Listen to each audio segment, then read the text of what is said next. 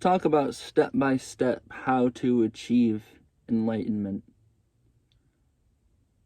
And I do speak from experience. A lot of people won't know that they're on the path to enlightenment until towards the end, when everything starts clicking together and you're like, oh, this is what all this was for. It was to better me as a person. Things had to get worse before they got better. And the universe has a weird way of evening itself out.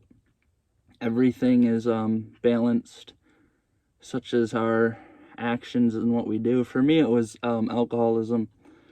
Alcoholism eventually led me to become homeless for 3 years, and I was living in the woods for a long time, and that's when I started hearing, quote unquote, the voice of God. But I didn't understand what it was, and that's why I'm making these videos, to help you understand. If you do have the gift of hearing God, or you are seeing things that you can't explain, I'm here to guide you on this journey. I'm taking this journey with you as well. It's all stuff I didn't really like. I've heard about it, everyone has, but I didn't really believe, and I didn't have faith in it until I seen it work, and I was having full-on conversations with, I call it the universe because it sums it up. I feel like the word God is outdated. When people hear the word God, they think of a magical guy that lives in the clouds, but that's not what I'm talking about. I'm talking about anything and everything, because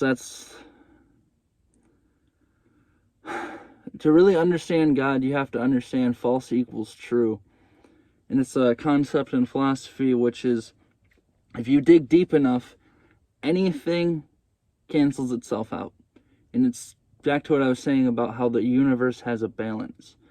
So false equals true can apply to anything, such as even false, okay, trying to think of an example, but it can be anything. So this car is in park.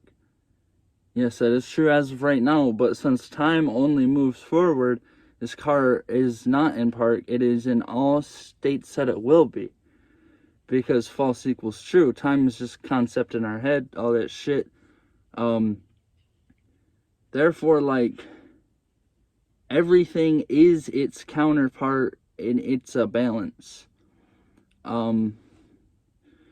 Yeah. So, homeless, in the woods, hearing the voice of God, not knowing what to do with this. And when I mean, hearing the voice of God, I don't mean, sometimes, yes, physical voice, but, I'm normally on psychedelics. I have, one occasion I was smoking a cigarette on mushrooms, and I heard a voice in my right ear told me not to do that, it was poison. So that was fucking weird, but I was gonna listen to it, because anything that could, talk to me in my ear, or even if it just was me, had my best interest, was to put out the cigarette. So I did. Tell me, don't smoke that, dude, it's poison. And, yeah, so that's one thing that I've noticed is all this stuff is positive.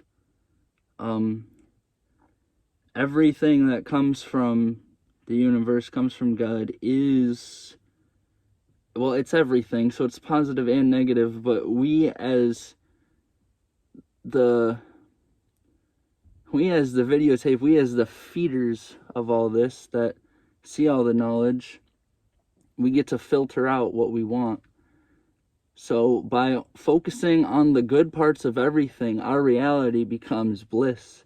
Our reality becomes amazing. And I've noticed the more simple you have it, the simpler things are, way better. The way better they are. Yeah, responsibilities can be crazy. Dude, that shit is hilarious. I just got walked up on. They're like, what the fuck? Okay, back on track. So, first step is lose everything, become homeless. I know it sucks, whatever, but this is what happened. This is how I found enlightenment, and this is what a lot of people you will see time and time in history. I guess one example I can give real quick is Moses in the Bible. He kills someone, runs away for I think like 30 years, some shit like that, and the whole time he was like herding sheep in the woods. So he was alone for a long time and then got really close with God that way. And don't be detoured by the word God. Don't think that you're talking to some, like, I mean, for everyone is going to be different. If it's Christian God that makes the most sense to you, I believe that Christianity has like a very big part to do with this. But if that's the God that you view in, if it brings you a positive attitude and is your drive to do stuff, and like you're walking with God, then that's for you.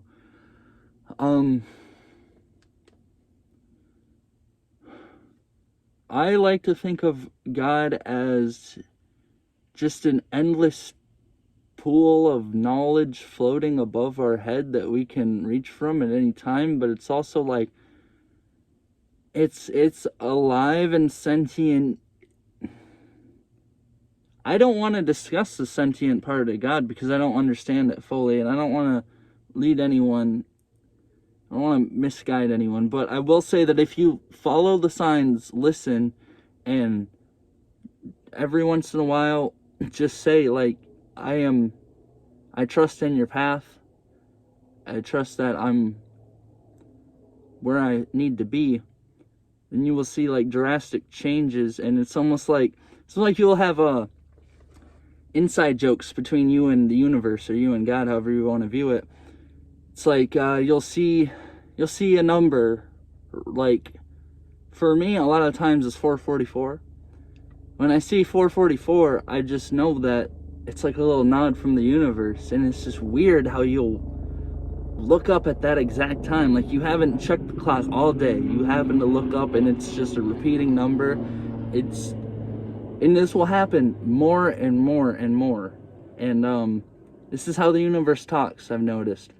The universe talks in numbers, and we reply verbally.